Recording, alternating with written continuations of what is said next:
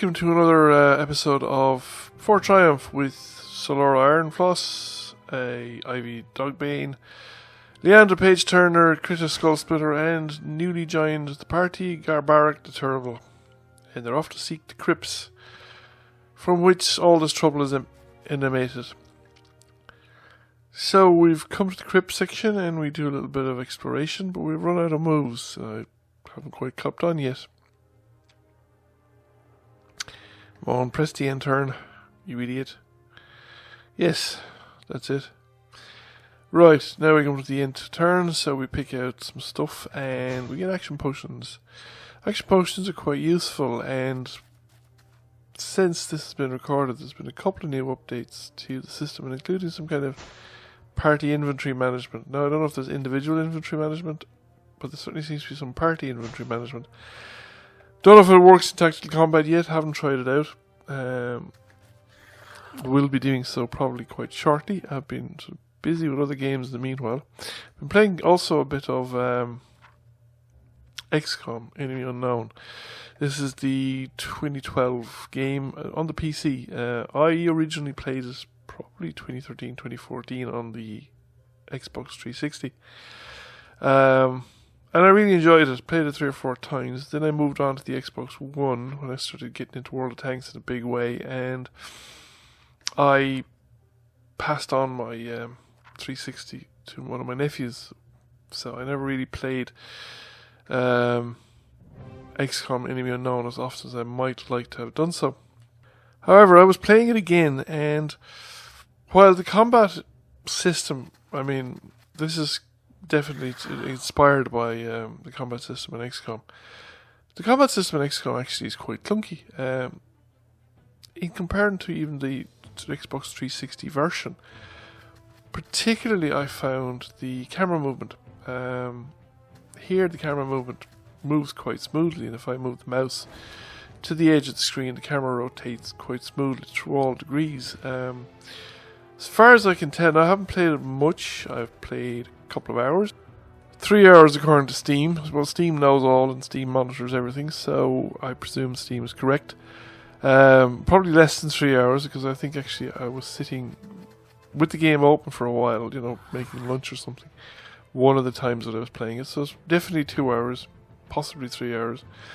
And started with the tutorial, just playing through, just getting used to the system again. And to be honest with you, I have found the camera rotation in particular to be very clunky. I also found some of the Overwatch and shooting mechanics to be a little on the clunky side. That in many respects this is a smoother game. It is almost it's making me tempted, quite tempted, in fact, that I might actually do it, to pull out XCOM 2, just to see if any improvement was made at that side of the game. Is the combat engine, is the combat mechanics, or the ways of doing things in combat a bit smoother? Now, admittedly, XCOM combat does a lot more than has been done here. You have more attack options and more everybody can do Overwatch, for instance. You got stuff like people doing pistol Overwatch and things like that, so it is more complicated from the get-go out the door than the combat options that are presented here, particularly at the first level, where you have 2 or 3 options and that's it. Now you're getting a lot more options as you level up, but still, and of course this has the benefit of being a later game, so it's the benefit of people playing XCOM and XCOM 2 and whatever, and seeing what the pros and cons of the way XCOM did it are, and redoing it in their own fashion. So therefore, but I was surprised, because I thought that that it was very smooth in the 360. Now, it had certain clunkiness to it. The biggest problem I had with it in the 360 was basically one of my own, just movement accuracies, because sometimes you would, you move to a square where you would actually quite the one you intended to move to. You had to be careful about when you okayed movement. I had Solara kick the vase there because I thought it might yield some treasure. I am actually convinced that those pots or vases or whatever they are actually useful in some fashion, because there are little icons over them, and you'll see it more so when we get to, was it the next room or the set of corridors beyond it.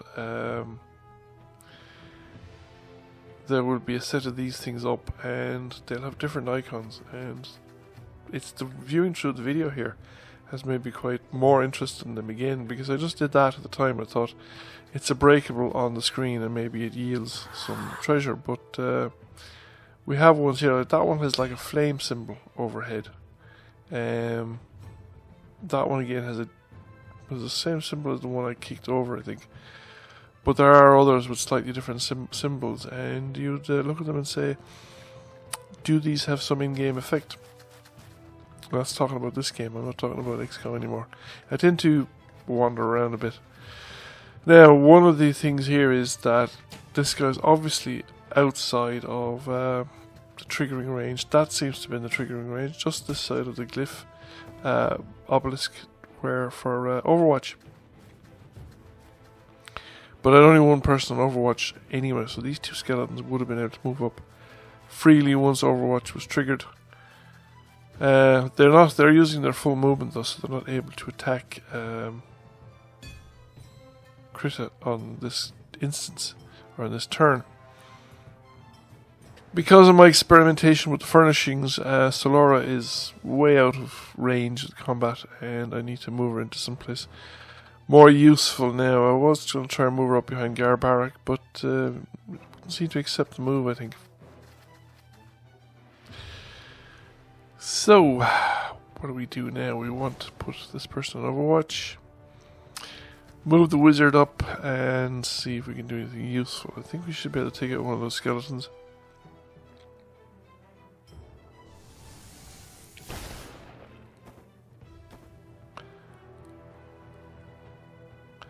Thinking back in hindsight, actually, it would have been probably more optimal if I used the archer and if I'd used Ivy and Leandra to kill the skeletons and actually move Crypt up to the swordsman and didn't attack.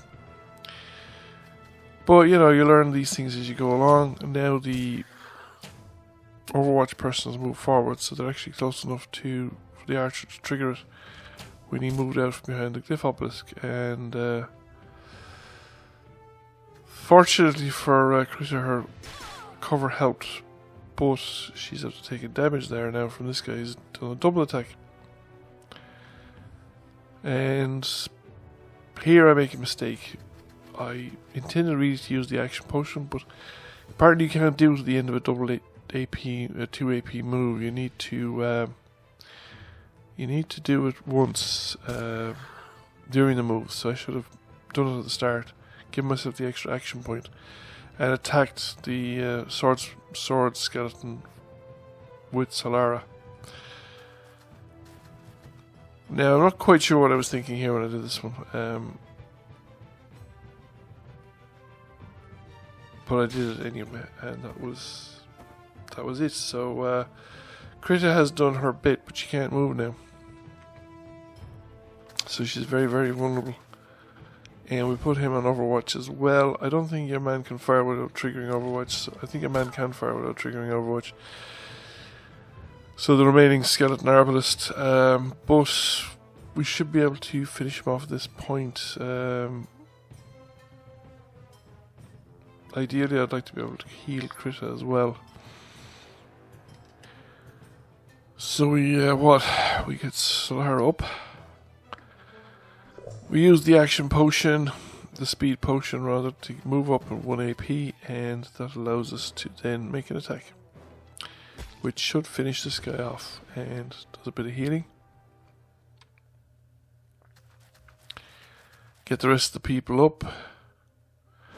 Overwatch, and up to the rune obelisk, because I need to find out what it does, and it responds like a fairground fortune-telling machine. And of course, Crypt would be enthusiastic about this. Even the calculating possibilities stuff, I think I remember seeing a fairground prophecy machine that used to do stuff like that. It was had a kind of a picture of a gypsy woman, a statue of a gypsy woman's head, and a crystal ball, and the crystal ball would glow and the head would nod, and then a cryptic little printed card would pop out with some very cryptic prophecies, a bit like the ones that most of the people have gotten here in the party, except for, of course, Leandra Page Turner, who gets something quite specific. So, next bit, it tells them where to go, and the Undead Massacre is slowing traffic. So there are the doors to the inner chamber, I suppose, is the best way to describe it. And then I noticed there is a chest. Chests means treasure, yes? So Leandra will go and look at the chest, and I should have moved Critta down and grabbed that healing potion for her, rather than have marching her forward. But I'm inclined to use her speed, which is why she takes all the belting. All the walloping that happens tends to fall on poor Critta rather than on Solara, who is more equipped, shall we say, to take it, and has the skills to mitigate some of the stuff as well. So that archer is moving backwards, not going to trigger any Overwatch attacks. Pick up the healing potion, and we move into the chamber.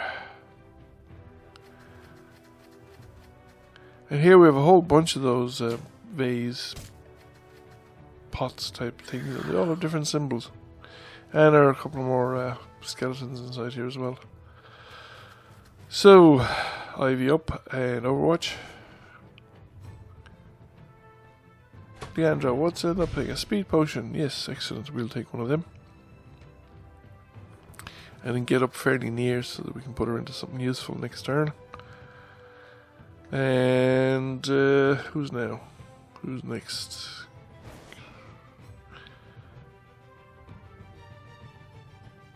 Put Critta in there. We'll embrace her because she has the movement to do it. And we bring Gharadbarak up, and we need to bring him up fairly close as well, because again, he's fallen too far behind, and we don't want to. He'd be no use too far behind. So we bring him up anyway, decide to forgo Overwatch with him and just bring him up as close as we can. That's still fairly safe. And this guy makes... Well, he tries a very difficult shot, I think. And this guy comes up, thinks about it, and then triggers the Overwatch. And when the last guy moves, the swordsman, and he puts it up there and he stops and he braces. Now, I'm just curious, was that what he's going to do anyway? Is that his AI script, or did he stop because the other guy died? Interesting. That grill has 5 hit points, and that's interesting as well. What happens if you take them away? Do you fall through the holes? Didn't try that one.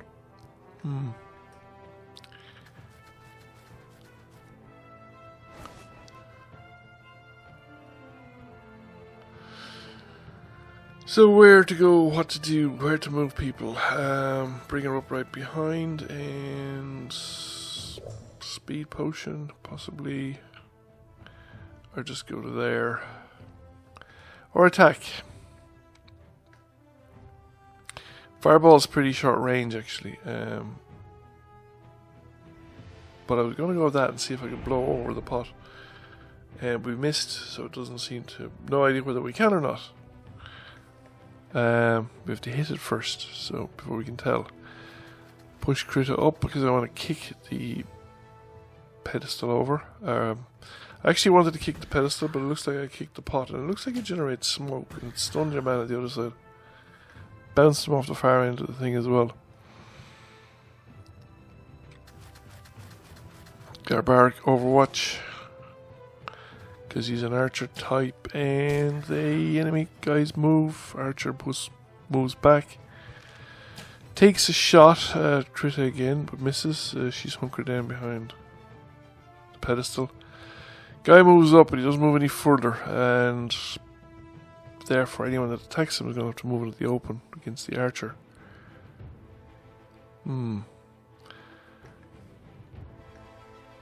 Whereas if he moved up, I could stay where I was and cover and move up and attack him. We'll move up and attack him.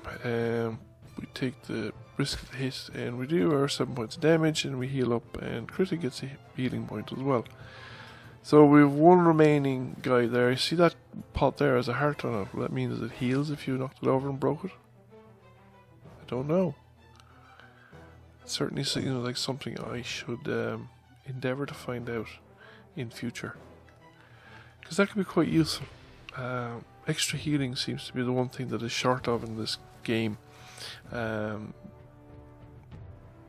particularly facing into boss fights. Now I do presume they want to treat you down a little bit, and that's the whole idea, to make the boss fights more challenging, but it's can be a bit too challenging at times, and we can do with all the healing we can get in these kind of situations. That skeleton archer doesn't actually have many hit points left, but I made a mistake with the way I deployed Crypt. That was rather foolish of me. It was just inviting trouble, which I need not have done. We're up, we're beside, we don't have the movement to the left to attack. However, Ivy might be able to. She's got there in one move, so she can make the attack. And this is it pretty much. That's the last of the bad guys in the chamber. Doesn't seem to be anything else of interest in the chamber, and this is the door into the next section. And I'm going to stop here because the remainder of the video is about as long as this section of the video. I think nothing actually triggers until I open the door, and I don't open the door until I move up the next character, and Crypt opens the door and we get to see something of the chamber beyond, but I stop here because it was all one section. It wasn't actually loading up into a separate section or anything like that. Thank you for watching. I hope you enjoyed the video. If you did, please give it a thumbs up and a like. If you haven't already done so, please subscribe to the channel for more videos like this and other genres as well. Bye for now, and I'll catch you all again soon.